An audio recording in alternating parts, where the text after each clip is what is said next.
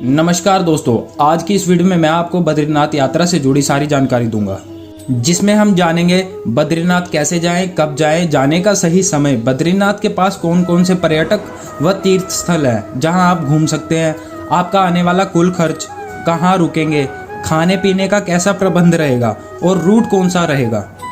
दोस्तों, बद्रीनाथ उत्तराखंड राज्य में चमोली जिले में स्थित एक हिंदू शहर है और एक नगर पंचायत है। यह 11,204 फीट की ऊंचाई पर स्थित है। नीलकंठ चोटी की छाया में और नर नारायण पहाड़ियों के बीच बद्रीनाथ पवित्र हिंदू तीर्थ है जो अलकनंदा नदी के तट पर स्थित है। दोस्तों, और अब बात आती है बद्रीनाथ कैसे पहुंचे। दोस्तों, बद्रीनाथ जाने के लिए सबसे पहले आपको हरिद्वार आना होगा। हरिद्वार से बद्रीनाथ की दूरी 313 किलोमीटर है, जिसे पूरा करने में लगभग 11 घंटे लग जाते हैं। या फिर आप ऋषिकेश भी आ सकते हैं। यहाँ से बद्रीनाथ की दूरी लगभग 300 किलोमीटर है, पर आप कोशिश करें कि बद्रीनाथ यात्रा आप हरिद्वार से ही शुरू करें और सभी तीर्थ यात्री भी हरिद्वार से ही अपनी यात्रा शुरू करते हैं। यहाँ लाखों की संख्या में श्रद्धालु गंगा स्नान लेते हैं और शाम की आरती को देखते हैं। अगर आप हरिद्वार हवाई जहाज से आते हैं तो आपको जोली ग्रांट एयरपोर्ट, जो कि देहरादून में है, वहां आना होगा और उसके बाद आपको बाई बस या टैक्सी आपको हरिद्वार आना होगा। टैक्सी का किराया 750 रुपए तक होता है और बस का किराया 120 रुपए तक रहता है। अगर आप बाई ट्रेन आएंगे तो आपको हरिद्वार जंक्शन स्टेशन आना होगा, फिर वहां से ऑटो, जो कि 25 रुपए लेगा, 2 किलोमीटर की दूरी पर हर की पौड़ी गंगा नदी के पास आपको छोड़ देगा। और अगर आप अपनी गाड़ी से आएंगे तो मेन हरिद्वार आपको आना होगा। दोस्तों, फिर आप हरिद्वार में रूम लेकर वहीं स्टे कीजिए और शाम को गंगा स्नान के बाद आरती में शामिल हो जाइए। और भी बहुत सारे वहाँ तीर्थ स्थल हैं, वहाँ आप चाहे तो अपने समय के अनुसार वो भी घूम सकते हैं। उत्तराखंड चारधाम रूट पर नाइट ड्राइविंग अलाउड नहीं है, सभी रोड रात को बंद कर दी जाती हैं। हरिद्वार में बहुत सारे होटल, लॉन्च, धर्मशाला है। यहाँ आपको बजट होटल 500 रुपए से लेकर लग्जरी होटल 6,000 तक में मिल जाएगा, या आप इसे ऑनलाइन भी बुक करवा सकते हैं, जो आपको ज्यादा सही रहेगा। हरिद्वार ऋषिकेश से आगे रेलवे स्टेशन या फिर एयरपोर्ट नहीं है। आपको आगे का सफर बाय रोड ही तय करना होगा।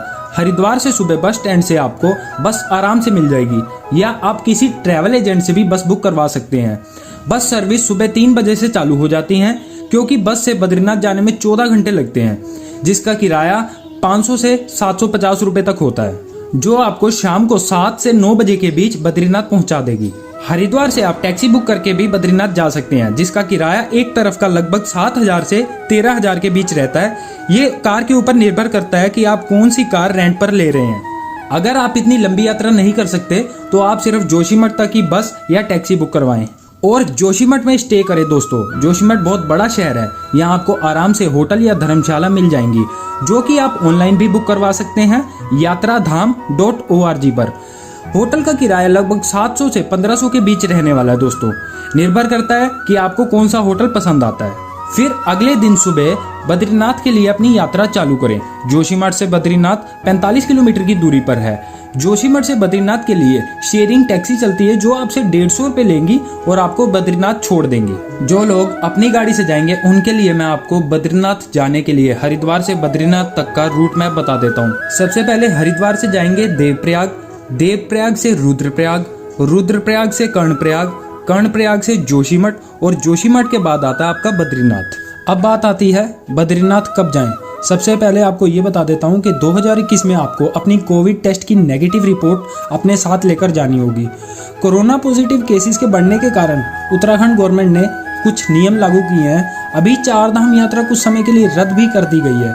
उत्तराखंड सीमा में प्रवेश करने के लिए बाहरी व्यक्तियों के लिए, चाहे वो पर्यटक हो या श्रद्धालु हो, उनको स्मार्ट सिटी के पोर्टल में पंजीकरण करना अनिवार्य है, जिसके 72 घंटे पूर्व तक की नेगेटिव रिपोर्ट वो अपने साथ लेकर आएंगे और उनको तभी उत्तराखंड में एंट्री दी जाएगी। और जब भी चारधाम यात्रा की कोई दोबारा अपडेट आएगी चालू होने की, तो उसकी जितनी भी अपडेट होगी वो आपको उत्तराखंड टूरिज्म की वेबसाइट पे मिलेगी। दोस्तों, बद्रीनाथ आने का सही समय है जुलाई से अक्टूबर तक का, क्योंकि मई जून में यहाँ बहुत ज़्यादा भीड़ होती है, जिसके कारण होटल्स का किराया काफ़ी ज़्यादा बढ़ जाता है। यहाँ आप गर्म कपड़े जरूर लेके आएँ, क्योंकि यहाँ रात का टेम्परेचर काफ़ी नीचे चला जाता है। अब बात आती है दोस्तों, कहाँ रुके। बद्रीनाथ में आपको बहुत सारे होटल, लॉज, गेस्ट हाउस और डॉर्मेट्री मिल जाएंगी। होटल्स का किराया एक रात के लिए तकरीबन 700 रुपये से 1,000 रुपये तक रहता है और आपको यहाँ बहुत सारे लग्जरी होटल भी मिल जाएंगे जिनका किराया 5,000 तक रहता है। अगर आप धर्मशाला या आश्रम में रहना चाहते हैं तो आपको ऑनलाइन बुकिंग करानी होगी। वेबसाइट का नाम है yatradham.org। इनका किराया बदलता रहता है, जो कि कई बार आपको 200 रुपये से 400 रुपये में भी मिल जाएंगी और कई बार इसका किराया बढ़ जाता है।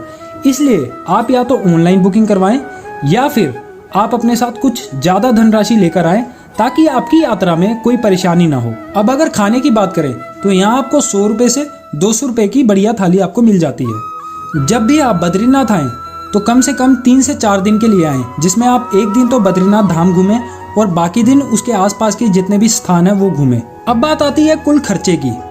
एक दिन आप रुकेंगे हरिद्वार और 3 दिन अगर आप रुकेंगे बद्रीनाथ, या फिर एक दिन हरिद्वार, एक दिन जोशीमठ और 2 दिन बद्रीनाथ, तो 2 बंदों का जो कुल खर्च आता है वो आता है 8,000 रुपये, जिसमें आपको फूड और स्टे इंक्लूड होता है। बद्रीनाथ आने जाने का कुल खर्च आप आना जाना बस से कर रहे हैं, टैक्सी से कर रहे हैं या आप अपनी गाड़ी से कर रहे हैं, ये उस बात पर निर्भर करता है।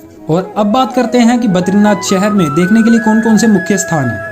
पहले नंबर पे आता है बद्रीनाथ मंदिर। बद्रीनाथ मंदिर के बारे में कहा जाता है कि यह पहले भगवान भोलेनाथ का निवास हुआ करता था, लेकिन बाद में भगवान विष्णु ने भगवान भोलेनाथ जी से इसे मांग लिया।